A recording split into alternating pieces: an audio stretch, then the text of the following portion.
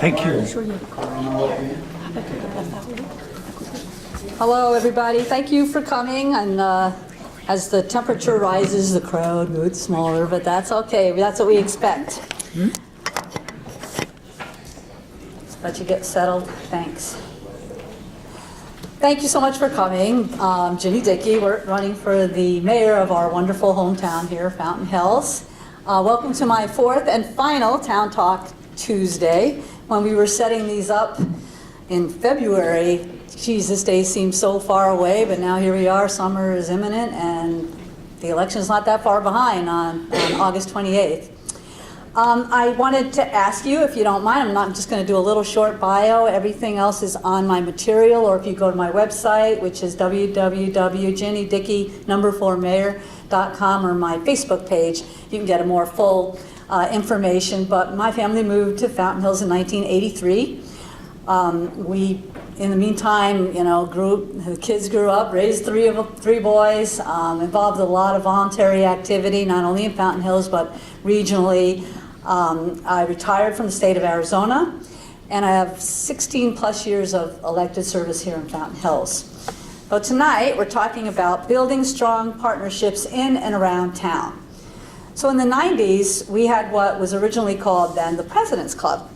It was various groups and organizations around Fountain Hills, and we would meet so that we were knowing what each other were doing, planning together, sharing goals, utilizing the experiences that we'd had, basically largely avoiding conflicts and also being able to recognize that we all ultimately had the same constituencies. At that time, I was participating as the president of the school board, but the reach went well beyond schools and education.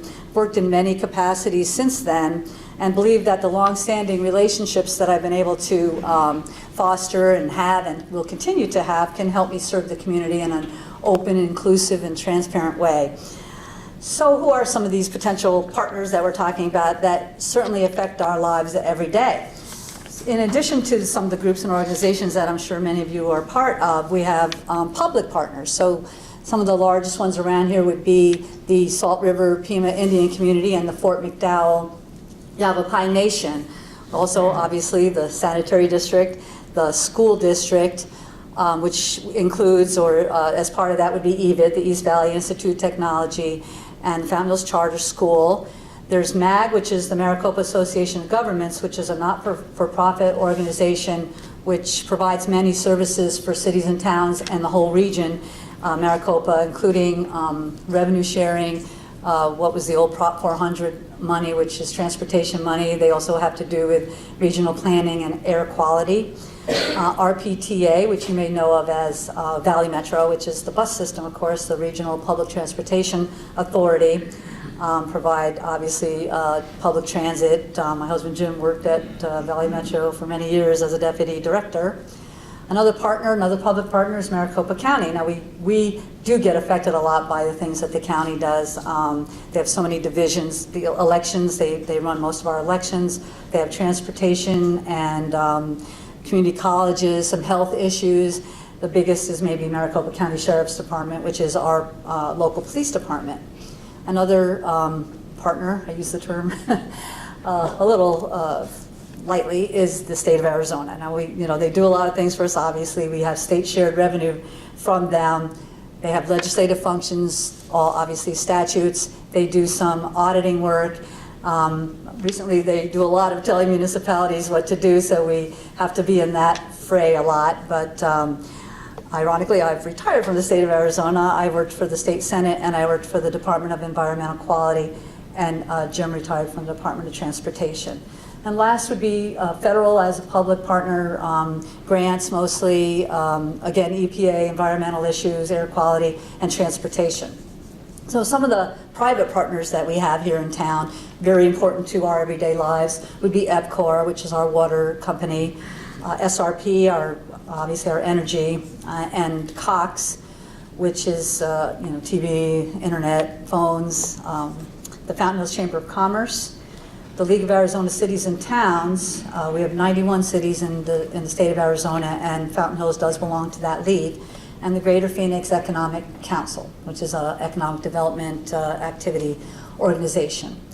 Last, we have our local contracted partners, Rural Metro, which is our fire and ambulance, MCSO, again, our police department, and then we have Republic Services, which is our allied, which is our waste management here in town. Some of these organizations have crossover roles, like MCSO is a a public partner, but also somebody that we obviously contract with.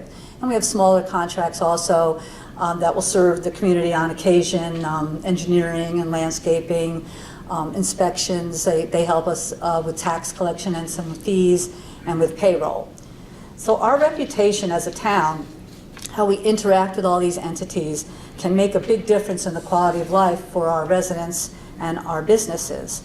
One of these relationship stories that I sometimes tell is what became a kind of a life lesson for me. When I was working for the state senate, I was working for a senator. Of course, she had a lot of lobbyists and folks that wanted to get in to see her, and some staffers would, I guess you would say, were protective of their senators, and would, in a pretty forceful way sometimes. But she, like I, was very welcoming and flexible with the people that would come and see us. So there was a particular lobbyist that you would think, under political circumstances at the time, maybe would be in an adversarial position with her. But obviously we welcomed him in.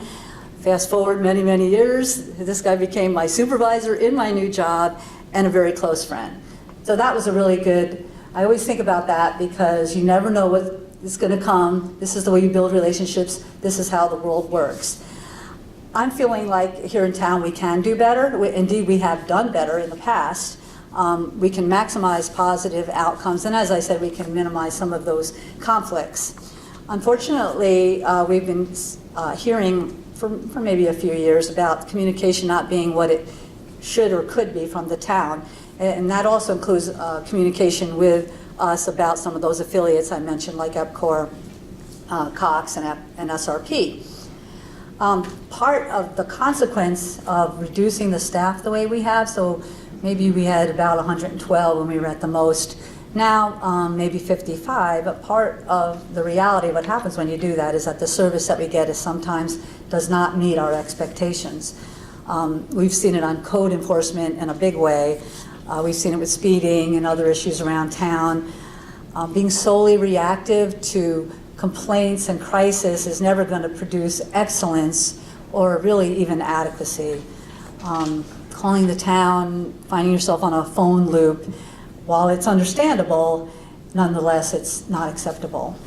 The town is responsible for communicating about their own processes and the projects that we have going, but it goes deeper than that. We need to be, if we have enough staff, to become more involved in advocacy for our citizens and for our businesses. And I'll use this example of what happened with EPCOR recently.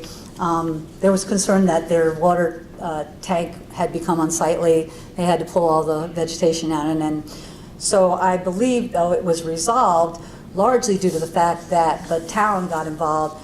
The council put some pressure on, but that was as a result of some citizen outcry. That shouldn't always be necessary. It's obviously going to happen sometimes, but with regular contact and good partnerships, having issues blow up, I think, can be avoided in many cases. It's the same with relationships with our governing entities, such as the school board and the sanitary districts. We had some controversy with the school districts, some people in town, trying to tell them what to do with their land, that they should sell their land. They've had on-again, off-again support from the town for some of their bond issues. We've had a little uncertain positions about vouchers. As far as the sanitary district, the town interfered a little bit with their election, seemingly to forward the lagoon project. And again, I don't think those are good examples of cooperative leadership.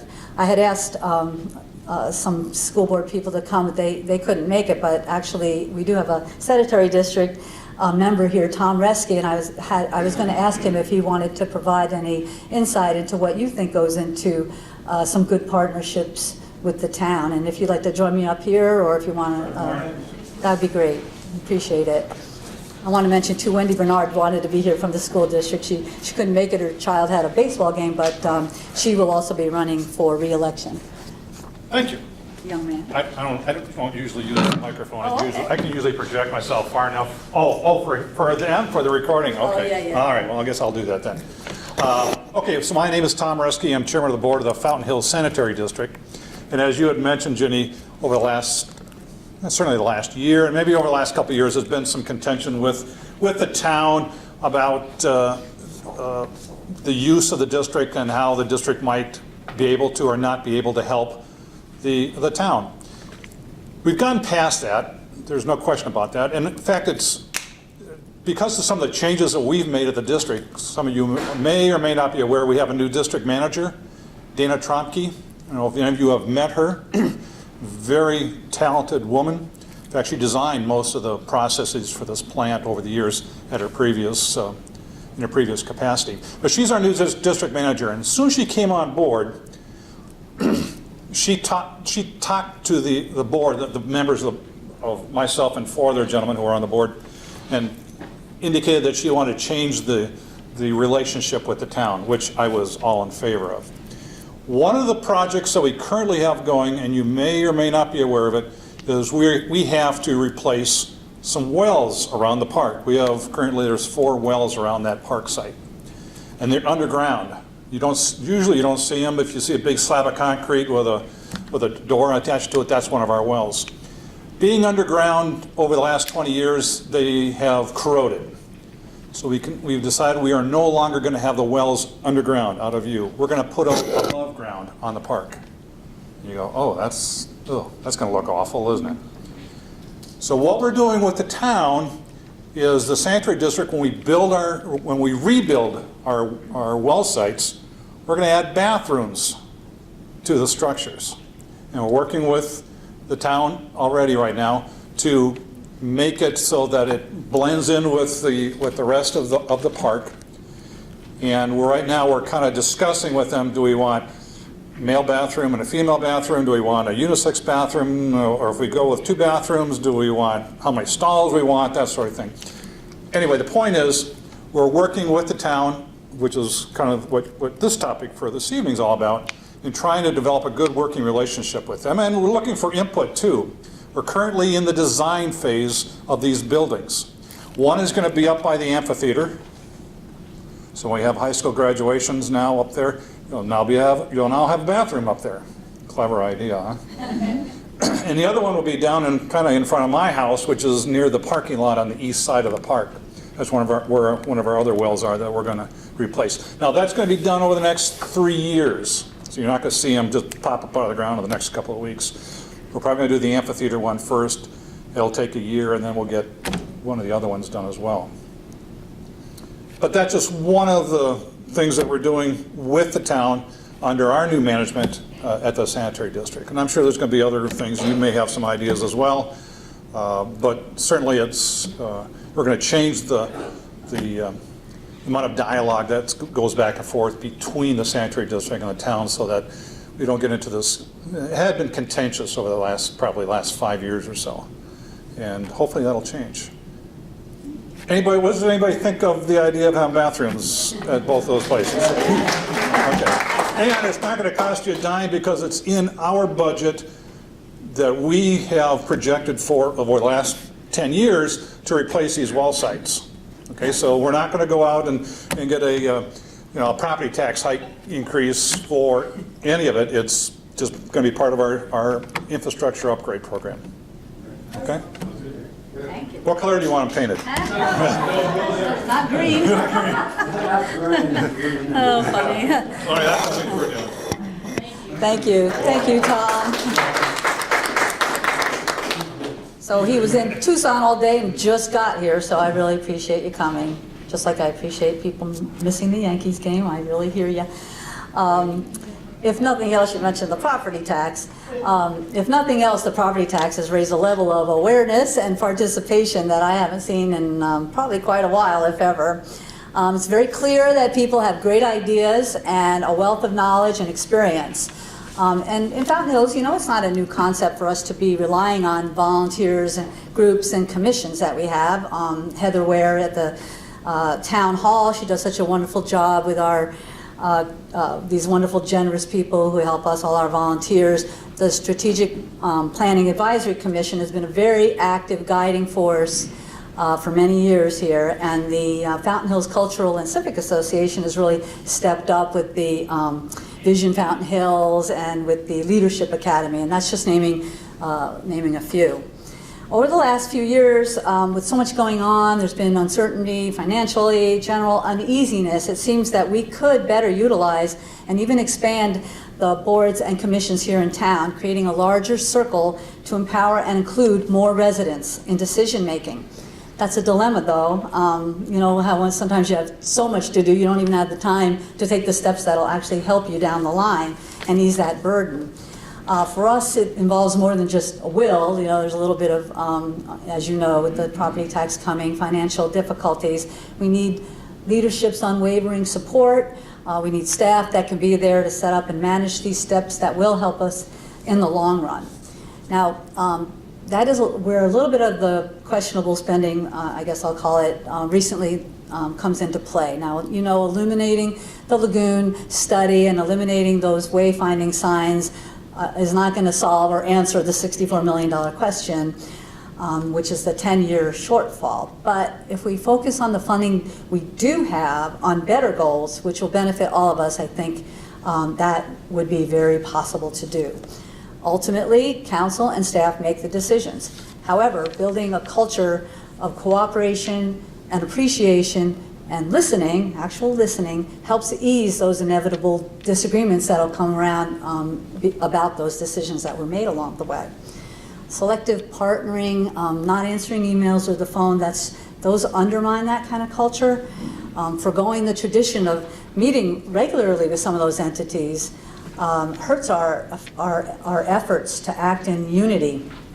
I did notice that they've started picking up some of those meetings, maybe during campaign season, but we really need a consistent commitment to those relationships.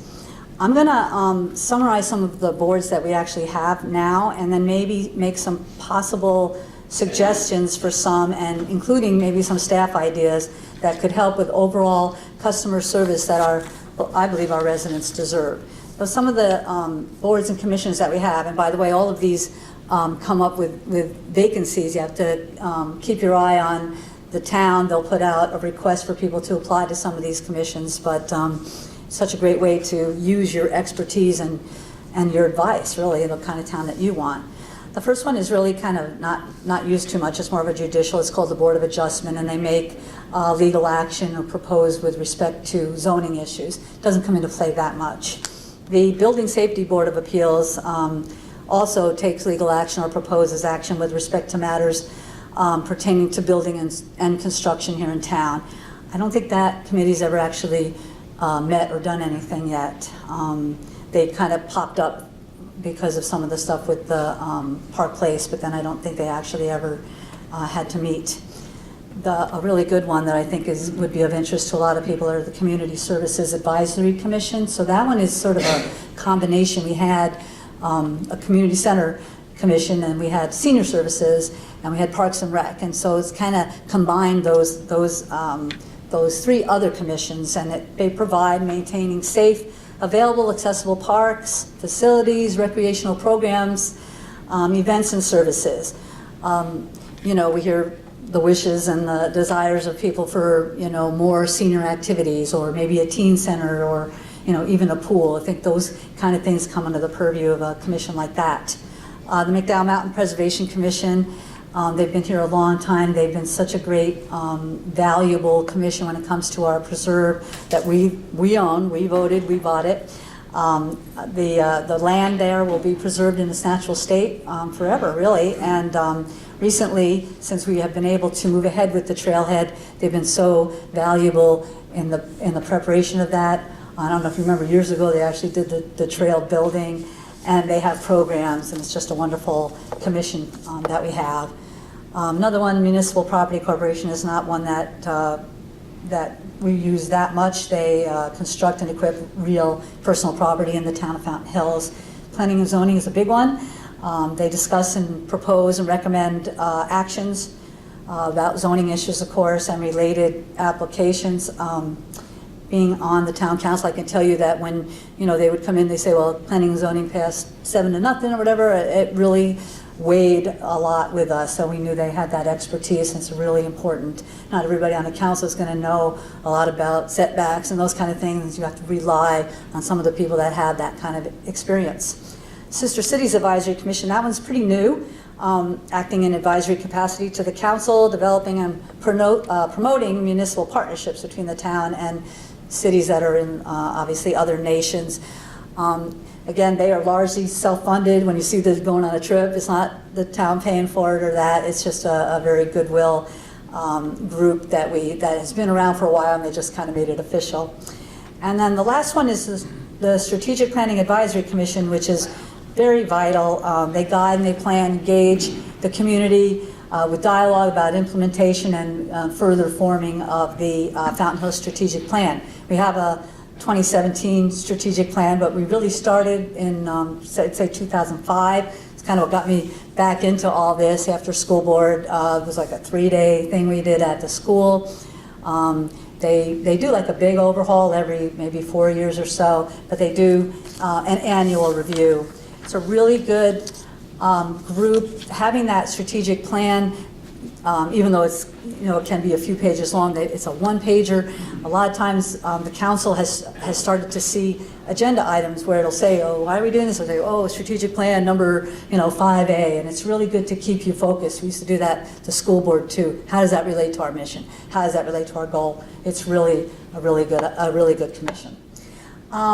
So here's some committee recommendations that probably would focus on the needs of residents, maybe a little bit more in businesses.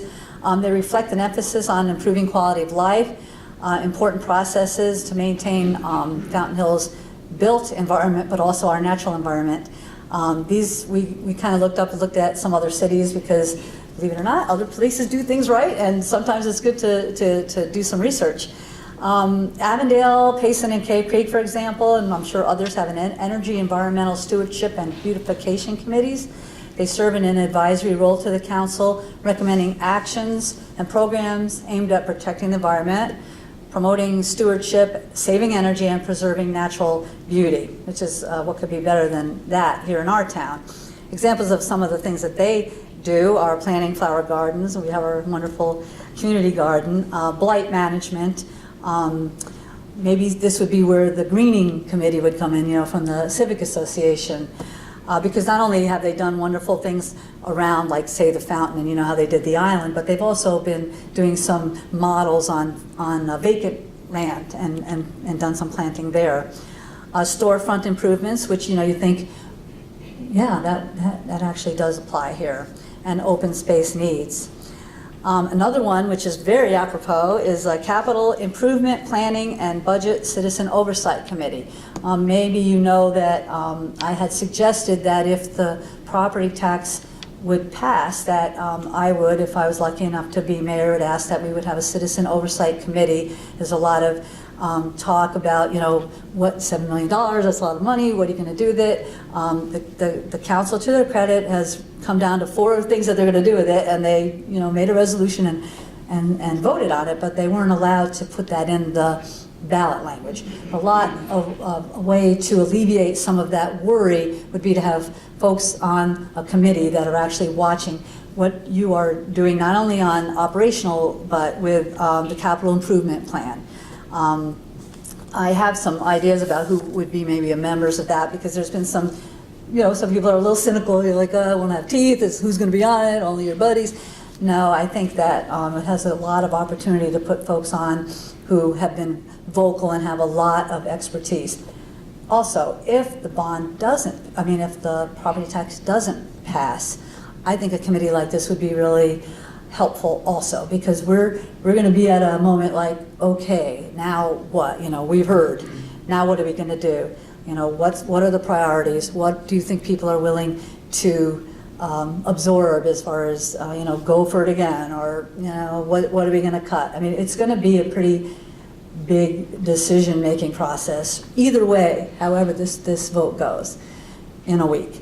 So anyway, I think that would be a good committee to have, or commission to have. Public Safety Advisory Commission. Now, we had one before, assisting law enforcement and our resource officer over at the school, engaging the community, talk about public safety, prevention, of course, enforcement, and community outreach. Since that committee has gone away, we've had so many of these terrible shootings and things like that that have happened not only in schools but in other capacities. So as a town, this may be something to revisit. It's really interesting talking to some people in law enforcement and talking to a bunch of teachers and administrators, superintendents. In fact, the high school principal just did his PhD on school safety. And you know, there's no one answer, obviously, but there are a lot of good steps that can be taken. Maybe it's time to revive a public safety commission like that. Last would be a neighborhood and family service committee. This one is out of Avondale. They identify neighborhood and family issues with strategies to meet the needs through collaboration in community groups, outreach, and agencies and other cities and organizations. Now that seems to me would be maybe where the coalition, the high school coalition might fit in. There's a lot of talk about, you know, bullying and drugs, alcohol, opioids, things like that. Also just regular, you know, everyday kid stuff, teenager stuff. I also see maybe that's a place for the food bank and other things that we already do here. And maybe it's a place to, again, kind of make them official, give them the attention that they need, actually focusing on the quality of life for the people here in Fountain Hills. And again, this isn't like a wish list where it's all going to cost money. This is where some of maybe those lesser amounts of funding could be better spent, or resources and attention can be better focused. We're not reinventing the wheel, like I said. We're finding a way to utilize and research these good ideas. As I mentioned earlier, a couple of gentlemen came to me with some ideas about EVIT, the East Valley Institute. And taught, you know, it's obviously a technology school, but they do, you know, a lot. And our school district has already been part of EVIT, but now we have the local actual facility here. Well, some of their ideas address getting younger families to move here. That seems to be a pretty universal desire. Enhancing education, of course, helping businesses. I don't know if you noticed they're having some watchmaking business that moved in there in the EVIT building. And they even, and they want to add town events. And last, he sent me, they sent me a study about pedestrian and street safety, which has obviously been something also right out front and center here in Fountain Hills. These committees, I think if they have well-defined missions overall, but also ad hoc goals. So there's, you know, you're doing the best. One of the good examples of the public safety one is years ago, but when you see the AEDs for the you know, revive people, you know, they used them in the theater, right? Remember, they saved somebody's life there. That was a direct project of the Public Safety Advisory Commission at the time. Those are the kind of things I think that that I'm talking about. Commissioners make these recommendations. They bring them.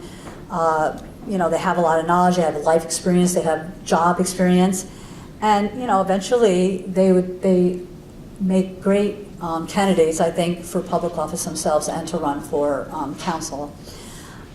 Briefly, just wanted to bring up staffing, some staffing requests, and again, money better spent, not, you know, pennies from heaven. Addressing the town's responsibility is supporting needs of residents and businesses. Some of these positions could actually also provide support for these commissions. Assistant to the town clerk, she's, you know, we have a one-person office there, very inundated, has requested this for a couple of years, they haven't been able to provide that. A procurement specialist, so especially when we have projects going on like we do, or the contracting we found with since staff is pretty low, you know, we have to contract for things, landscaping. Now we just had to contract for some of the work that we do on our storm drainage and things like that. So all of those things need procurement, and our financial director is doing that now. Code enforcement, boy, just Friday, you know, the cat's away, the mice play here, you know, you see all the fluorescent signs coming up, and obviously they're the ongoing needs, the weeds, and you know, people, they're, you know, cleaning up after dogs and things like that. noise complaints, light complaints. Those things are not well attended to because we just don't have the staff for that. And last, the town ombudsman, and this kind of came to us, ever since I've been running, I've had people say, how about this, how about this? There's like lots of great ideas and complaints, so both things, a lot of good suggestions for things they would wish that we could do. About ombudsman, you have a variety of issues that go through one person that they either can help it themselves or they advise the people where to put it. Gosh, they could answer a lot of questions just on Facebook if they dared. But actually a robust social media presence is actually a good thing. It might help the town to be more responsive overall. So I would welcome your ideas, your questions. It doesn't have to just be about partnerships and commissions, but anything you'd like to talk about, I'm open for that. And I really appreciate you coming. And it's only about 7:15, so whatever you have, and then we'll take off. Hello. Oh, I think we're going to, because we're taping it, we're going to ask you to speak in the microphone, please. I think, just a suggestion, I think that government entities and non-government entities that deal at all with the town of Fountain Hills, I think when projects are proposed, there should be some listing that all of us could find very easily of what projects are proposed, because we have so many commissions and also private organizations that deal with the town. So for the citizens to know what's happening, it's very, very difficult. And if this could be, compacted in one place, that there's a sheet going out once every 2 months or something, that the people, really have some idea of what's happening. And very quickly, my second suggestion, you said something about money. And yes, to improve the town and to improve the quality of life of the people in the town, it's definitely going to cost money. And you can't do it for free. No, thank you very much. I would agree with that very much. And part of what you said reminded me that I think that our website, our budget, I know that every year they try to make the budget something that is easier to look at. And in some ways it has been, they have a little video and things like that. But what you're saying about projects is a really good example. And it really wouldn't be that hard because there aren't a ton of them. You have a capital project. When we were doing the median, all you kept hearing was like, well, when's it going to be done? When's it going to be done? I mean, it wouldn't be that hard to just have something that's just a regular communication that will let people know what's going on. It rained 4 days, so it got delayed 4 days, whatever and it doesn't have to be all good, glowy news, but just informed. I think that's really, really important, and that's a very good suggestion. And the money, I think, we're running into people that are, there's obviously a lot of people that it's hard to just vote to tax yourself, but, and that's fine, and those are, they have every right. But the reality of it is that, Fountain Hills, we had property taxes. When I moved here, we had road taxes, we had fire, and we paid them up through about 2002. There's no finger pointing, it's just where are we now? We're at a point where we can't sustain. So did it have to be 7 million? Could it have been 5 million? Sure, those are all things that you can ask and question, and anybody can question whatever. But you're absolutely right, and I think the biggest, elephant in the room are the roads. The district gives, the town gives $2 million towards roads every year. And I was on the council to come up with a road plan and to try and manage this. One of the most frustrating things was right at the end, my fellow councilman, Tate Elke, we were getting a report about the roads, and he said, why are we even looking at this? We can't even begin. And that was, 2014. So we haven't improved with that. So even if you say nothing else, we need $4 million more a year for the roads. And I really, you know, if this doesn't work out, we'll start again and we'll figure out what we're going to do. But I appreciate what you said. That's very true. We're relatively new to Fountain Hills, 13 years. Never have gotten involved in local politics. Until this year, we're starting to pay attention to it. We found out about this crazy lagoon thing on Nextdoor. And that's probably what woke us up to the fact that we didn't have any trust in the town council anymore.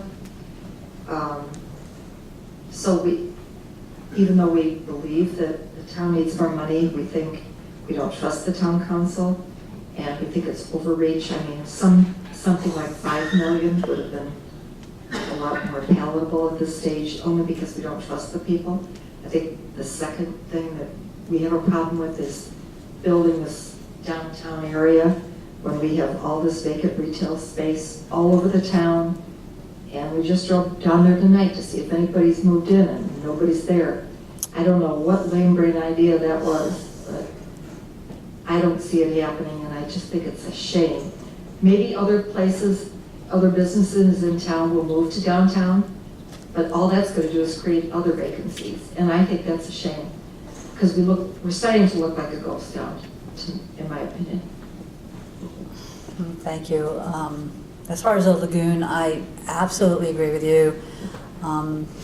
There will, be pushback to this, but since I'm so familiar with the process, how that came about was a disservice to our town.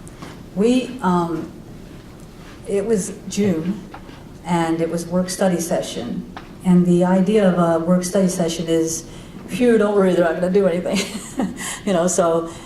And literally the agenda said to discuss recreational opportunities at the fountain.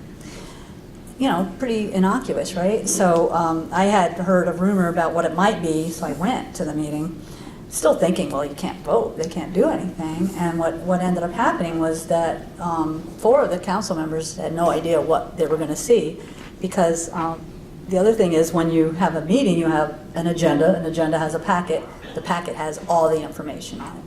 So I'm going to try to be really positive about this as much as I can, but they tried to say they couldn't put it in the packet because of open meeting laws. Well, every agenda packet is in a week before, if possible, or, before a meeting. So 7 council people, the mayor and 6 council people, see the agenda. So for 4 of them to be blindsided by a packet, and I look at the packets and I send them to friends to just say, hey, this is what's going on, there was nothing in that agenda except for the cover page. So then they go in, talk about what they want to do. Councilman Toles, Councilman Yates, and Mayor Kavanaugh were on this committee that had been formed without, like you were saying, any knowledge. Really, I don't know how they picked the membership. I don't know. I was on the Centennial Committee, and we reported at every meeting, and anybody could be on it anytime they wanted, and it was a big, huge, open project. There was nothing private about it. So to say it had to do with open meeting laws, that just doesn't compute. To go to a work study session and say, well, look, we're on this committee, we want to do this, let's see how feasible it is. Feasibility study, $40,000, should we do it? Well, you can't literally vote, but you can say, all right, yeah, so the town manager gets the feel. And that's how that happened. Then, they had, really, to me, they had plenty of time to just put a stop to it. The outcry was immediate. It was like, no. Not only is it not going to solve our problems with the roads or anything else, but who wants it, really? I mean, I don't think that's I've lived for 35 years. That is not what I envision at the fountain or for our town. But it doesn't mean you should be afraid to bring up an idea. So Councilman Tullis is like, oh, I heard this cool thing. Talk about it. That's fine. But my goodness, it went way too far for way too long. I think it's undermining this tax big time, and it's for $40,000. It's just a real shame. The other thing about how you vision the town, the downtown apartments. So there's some private property issues going on in there. So they were going to, you know, if somebody bought the property and wanted to build something on there that had conformed with all of our zoning and all the rules, there's not a lot the town can do about it. But we had height restrictions. They blew those out of the water. We have color palette, yeah, color's not in there. We have parking ordinances, or, you know, rules that say, well, if you're gonna do this, you gotta have this many parking. They took that out of there. They did other things that I disagree with by saying, well, you only have to pay half of this fee or whatever. So there were a lot of things. I am sure that if I was on the council, I would have voted no. There were 3 others who did vote no. So it barely passed. It's been kind of a not a very smooth road, you know, with that and with the Morningstar, frankly. I don't know where it's all going to end, but I think, you know, I've been reading a lot of articles about too much commercial. Rates are too high for people to actually move into places. That was touted as a affordable place. It was supposed to help the school district get kids, you know, to come back. I don't see it, you know, with 640 square feet being $1,200 or whatever. I don't see that for families. You know, there's definitely some movement that could happen. Like you and me, right? You know, we're retired, maybe you want to start renting or something, but I don't see it doing what it was shown to do. The height, no. Anyway, I absolutely agree with you. So you can understand the trust issue.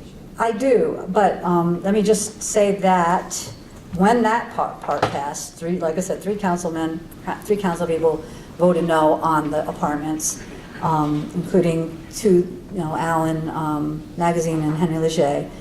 And then the height changes, there were all kinds of things I think they didn't have to happen. Somebody wanted to build 3-story apartments there, buy that property. There wouldn't have been anything necessarily that the town could have done to stop it, but they could have stopped that project. I don't agree with that project. I hate, though, that it may alter the reality of what we need to do here, and I'm afraid that it might. Thank you.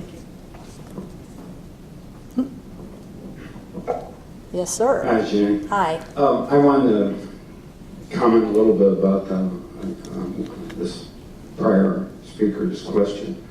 I think you have to be very careful about when you say you don't trust the council. Jenny has tried very delicately to present what went on, but she has pointed out that those were not unanimous decisions on the part of the council. So I would ask you to consider changing your attitude about that, and don't penalize the town. Let's get some different people on the council. Right. And maybe we'll have confidence. And there have been a lot of suggestions. Jenny's talked about one of them, that the town's already tried to put in place to guarantee that the money will get used as promised, and that you'll be quite aware of how it's being used. Okay. To you, Jenny, wanted to ask how your fundraising is going, and how much do you think it's going to cost to conduct this campaign? Well, we can talk afterwards, but I'm pretty happy. I'm not soliciting funds or anything at this time. I'm very pleased to do things like this, you know, for $15 you get coffee and you're, you know. I appreciate the question. I think things are going really well. I just want to be as available as I can be, and I know in July and August there may not be that many other people here, but we'll be here, and I do have a pretty good presence on Facebook and a website, and my number's in the book, so I'm very available. I appreciate that question. I did have a nice party over at my sister's a couple weeks ago, and that worked out pretty well, and I think we're in good shape. You can ask the boss later, so. Okay, another question.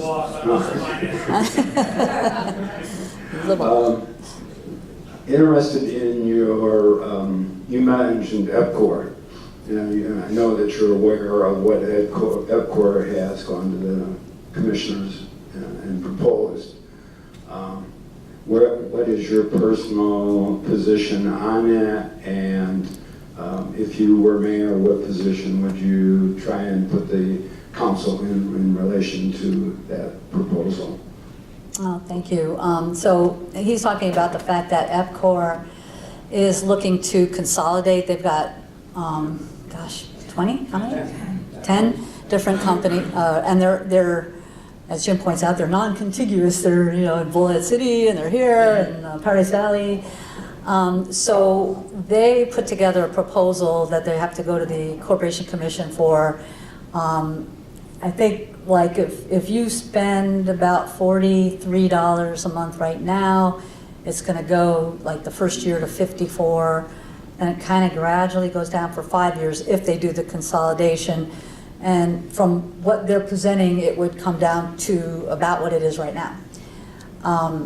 They have a plan B, which is A or B, but to not consolidate, but they're still going to be asking for a rate increase. Only it would go to like the 54 and whatever that proportional would be to what you're used to your bill being, and it would be like that for good. Now, I haven't looked at what they, I won't deny that they have 40-plus-year-old equipment and infrastructure here in Fountain Hills, and you've probably all been through the well, how's my water pressure going to be today? But so I haven't looked enough at what what they're expecting to do. But I did ask the town manager, and they are very involved. The hearing is on the 24th. It's a kind of an initial hearing, and the Corporation Commission is allowing people to put in their opinions right now. You do it online. I brought it with me. But I don't know what to make of it, because the consolidation part, at least, just in our own little narrow world, doesn't seem bad. But I don't know what the Corporation Commission has, what their ability is. Can they just say, no, heck no, okay, to all of it? Can they say no to all of it? So I have to look at it a little more closer, but I am glad that the town manager, Grady Miller, informed me that they're very active. Their attorneys are very active. They're going to actually go to the hearing. So I think, and this is something that wouldn't happen, I think a year from August, maybe. I'd have to check on that. But so I don't think this is like the be-all or end-all, and maybe the more information we get, we would be able to know. And I know probably people here have had a myriad of experiences, and maybe some of us it's been fine. Others would say, yes, fix it. So it would be important to kind of get more information before I knew how I would feel, or what kind of leadership position I would take. But it would definitely be after a lot of input. How do you feel about it? Have you really looked at it? Not in depth. Yeah. Thanks. I have a question on an environmental committee. Is there such a thing, and I have no knowledge of this, of green towns? I mean, there are tree cities and, all these other things, but green towns, it seems like our commercial people in town do not recycle at all. And they use styrofoam, and they, plastic, and we have a plastic world that we've just got to do something about. And I just wondered if the environmental committee, just as a suggestion, we have dark skies, maybe we can work towards a green environmental city or town that we are. Yes. That's a really, really good idea. So I'll give you a little history here. So I worked at the Department of Environmental Quality, like I said. I was pretty new to the council. And every meeting we were getting agendas, print out, not even double-sided. So one of the first things I did was took a picture of one of the signs. We had a DEQ, which says duplex, and everything. So we started double-siding everything. And then we would have the town codes. Every council person had the town code in a notebook this big. Well, you changed one word on page 5A, and it was like, oh my gosh. So So we did do that. We put together an environmental program that had never even been discussed. So when you see blue bins at the fair now and you see anything over at the fountain, it's because basically of that. Raymond Reese, his title actually says environmental planner. I mean, it was like a dream come true. But I was, called the solar queen and all kinds of nasty things about wanting the curbside recycling, which I now think most people are pretty happy with. They spend less money on their trash, on their waste management. Everybody got surprised on how much you can recycle. We have a long way to go. I agree with you. We see buildings, you go to meetings and there's no recycle bin. Energy-wise, we did get a grant to do a energy audit in town. That's part of what kind of led to the Green Fridays, where we're closed on Fridays. Doesn't say that much, $20,000, $30,000 a year, but it's every little bit helps. So we have the Green Fridays. We got that close to having solar parking, not structures, but shelters, shades, whatever. You know how Safeway has? So I'm gonna start crying thinking about this. So we were that close. We worked with a company. I thought they weren't treated right by certain members, but I worked very, very hard with them, and we got to the point where I got like 5 members to say, okay, put out an RFP.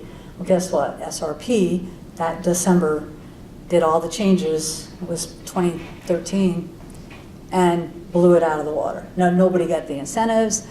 They started saying, like, we have solar at our house. If you sold your house, it would not be a good thing. It would not be a benefit. The people that you sold it to would have to start paying $50 extra a month because you had solar. So some of that stuff we were able to bat away.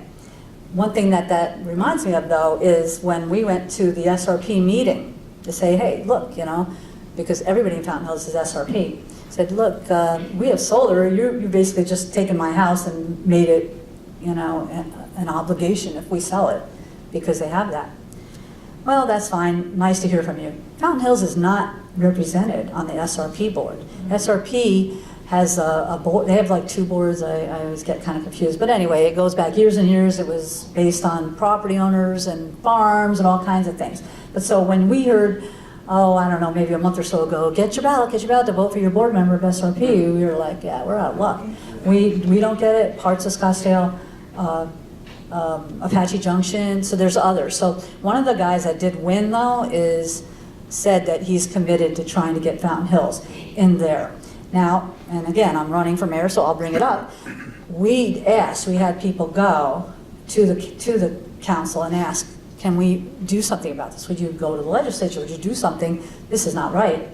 And after some fits and starts, a council member did agree to bring it up, so it was on the agenda. Then when they started talking about it, enough of the discussion, they didn't even make a motion. Nobody made a motion, they did nothing. So I don't agree with that. It might be hard, but how can an entire town that's dependent on this quasi-governmental entity called SRP not be represented at all? So that's definitely something, but I really appreciate what you're talking about. Well, even the community center does not recycle. Right, exactly. The community center, and again, it was even just getting them around the fountain, at the parks, all the plastic bottles and things, yeah. So, and there's a lot you can do. Does that go through Chamber of Commerce with the people as far as getting the restaurants or? Well, the town can make ordinances. They can. You have to make sure you're not. Are you sure this isn't one of those areas where the legislature will be, predominant and tie their hands? Yes, that's another thing, they've obviously, the trash bags, that's what they did to Tempe. Larger issue here, Fountain Hills is not a charter city. We are a common law, what is it called? General law. Common law, that's wife. General law town. And so we are particularly under their jurisdiction. So when somebody like Tempe can say, no, you can't make us do this, like change our elections to the middle of the summer, they win. But we don't have that same power because we don't have a charter. It's a very big deal to try to get one, but it's something we can talk about. And ma'am, yes, sorry. Yeah, I've only lived in Fountain Hills for a couple of years, but I had a question for you. We have a neighbor who is, has a short-term rental, and it creates a terrible nuisance in our neighborhood. And I understand with SB 1350, there is no way a town is allowed to regulate it. But I was curious as to what you would do in order to alleviate the problems on real residents. Because I know there are things that can be done, but I just wondered what your opinion would be. Thank you. Actually, that's one of those things where the more information, the better, because some things would sound kind of scary to people if you're saying, well, surcharges or things like that. But you're right. We had this thing called Golf Zoo several years ago, and it was driving their neighbors crazy because it was nonstop partying, big houses, gorgeous neighborhoods. And the town attorney we had that I really liked and appreciated him before they fired him last fall, we went for that. We decided that we would say, hey, our neighbors, we have to fight this. Well, we lost. They maintained their right, and that was before the bill. So I am really open to finding out. I mean, I know like we live in a place with a HOA, so we can have our own HOA rules that say, can't be shorter than 6 months or a month or whatever you want to put it on. So I don't know if you're part of that national MPOA, and they don't have anything like that. And I don't know if you're allowed to, now after that bill, I mean, can't even HOAs do it. So, I mean, I would love to hear it. A supermajority of like of the HOA board. So do you think they would, or have you approached them and they don't want to do this, or? We've approached them, basically the nuisance clause that's in the CCRs. But the problem with our MPOA is they have no money.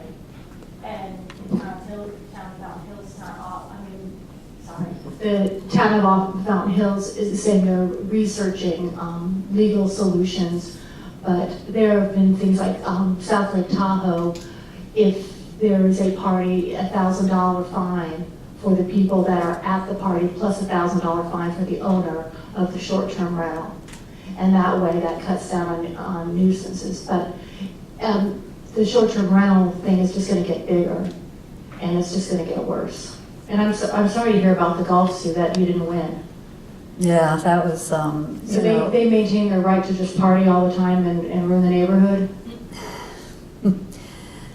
Yeah, I mean, I guess in this kind of Airbnb sort of culture that we have,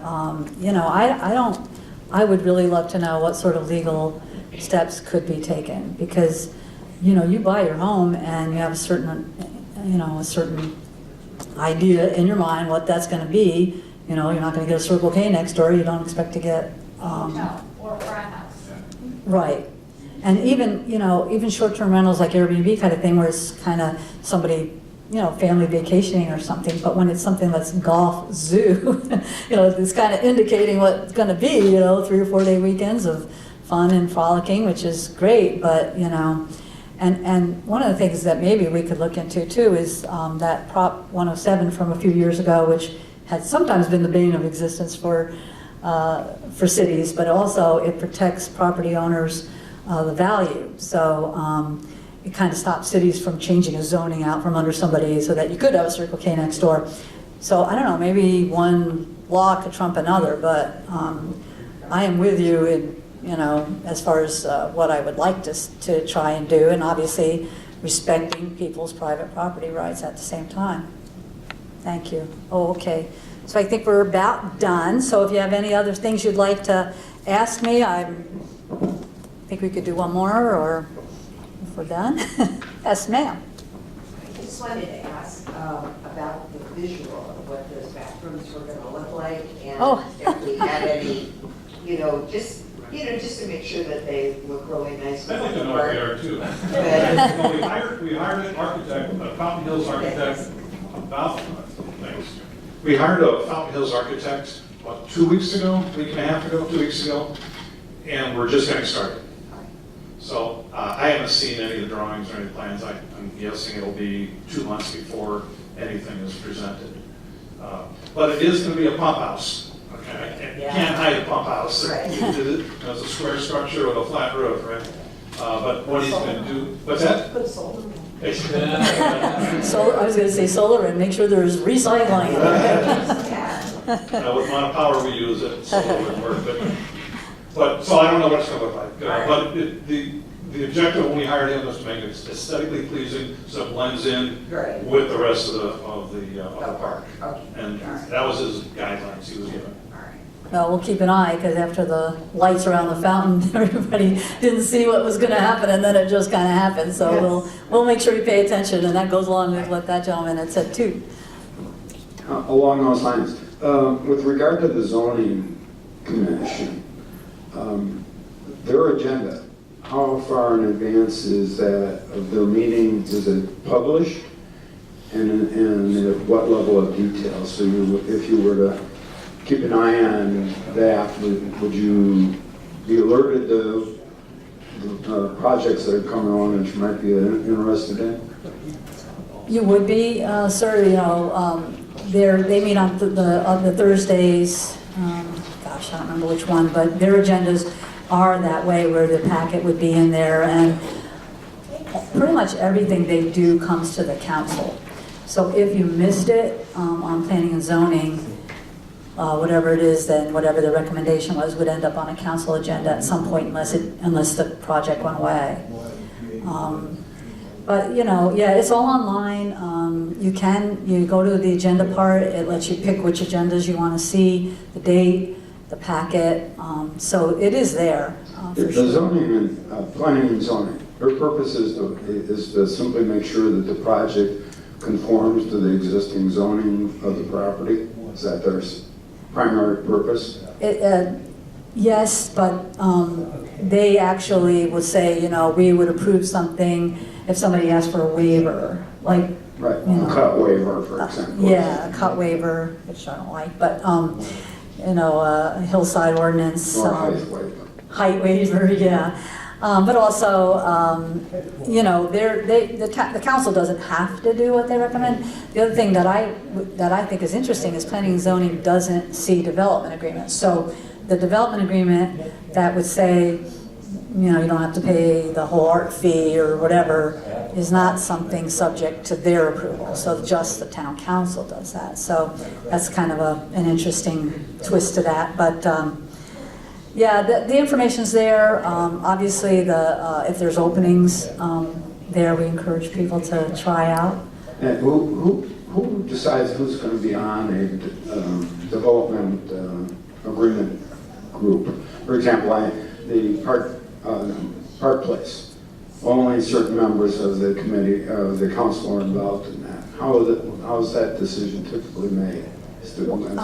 Well, when I was on council, we all were. There would be people like, you know, Dennis Brown or other people that have different layers of experience. So they, you know, they might have an extra meeting or something with an architect. But in general, when it comes to, you know, going through the development agreement, everybody should be involved with that, because it's not just, you know, where you're going to put this. It's a lot to do with money and a lot to do with, obviously, quality of life and other things like that. So a development agreement like that has involvement of everybody. That doesn't mean everybody agreed with it. It just, because it's mostly executive session kind of stuff. So you could say, oh, you know, the council, like, you know, put that 4 stories in or whatever, but, and something may end up getting a yes vote at a council meeting, but while they were in the course of their discussions, some of them were trying to, you know, change things around a little bit, but it's very much has to have involvement of everybody. I mean, it's a big deal. You know, they're talking about the, you know, maybe another senior living facility that everybody's really upset about, so I imagine that would have a lot of involvement too. Thank you. Yes? Yeah, Ginny. Now, if the property tax does not pass, what are the alternatives, if any? I know Allen Magazine, in one of his letters, I believe, to the editor mentioned the possibility of a fee that could be imposed. but I haven't heard a lot of details about that, you know, and I know bonds have their limitations. There have been, I think even Alan Magazine's wife went into some great detail in one of her letters to the editor about why bonds wouldn't work. And, so what are we looking at if it doesn't pass, you know? Yeah, again, there's a ton of different things you can do, and if you suggest, well, okay, Parks and Rec Community Services has a, $2.5 million budget. So, are we trying to be punitive, or are we trying to make our way through? Well, at some point, especially after that road study, where we were at a tipping point where we could be where the roads would be unsustainable, period, no matter what. So, I don't know, we have to look at all that. We have this environmental fee. Okay, it's $36 a year, $700,000. It would bring in if everybody paid. So, I was kind of a champion of that. Not that I like that flat fee idea, do you pay the same as Target does for that? But, nothing against Target, I love Target, but I don't agree because, when it comes to the water going into the storm drains and all that stuff, well, those big driveways or parking lots are really what do it. But again, that could be doubled or whatever, I don't know, you'd have to get 4 council members to do that, as they're not gonna wanna do that. Could look at going out again, you could look at, at the contracts again with MCSO, with the fire district, the fire department. Every single thing has to be on the table. We have an $18 million operating budget, and we have to find, okay, let's not say 7, 6, or 5. It's just, that's just too much. So everything has to be on the table. And that's why I think having a lot of input, if there's a committee, if it passes, a committee if it doesn't. Because, a long time ago, this is not new, this has been happening for 10 years, more. And Jim and I used to talk about that. Okay, he's giving me the heave-ho, but, my kids were here. I don't want them to not have anything down at the park. I don't want anybody's kids to have, you're the one that lived there when they shut the splash park, you're the one that lived there when they stopped putting the fountain up. Nobody wants that. And then you get frustrated because you're like, well, do you have to get to that point? And remember, the school district had to get to double sessions, right, Patty, before we would pass an override, kids are going to school at 5:30 in the morning. We don't want to get to that, and I don't want, and again, nobody likes you to be an alarmist. There's gonna be stuff that we can do, but my goodness, this is not minor. It's a big deal, and everything has to be on the table.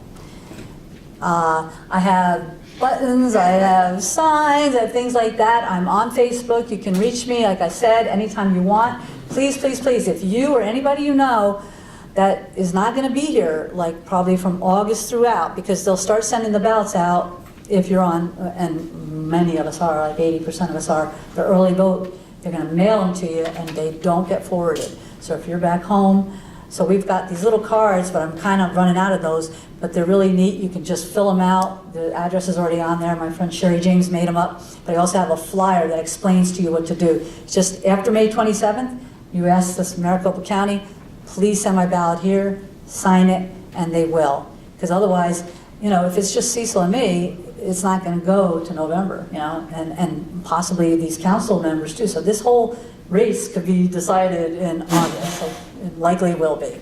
So please take that, take cookies, enjoy. Thank you so much for coming to my 4th and final Town Talk Tuesday.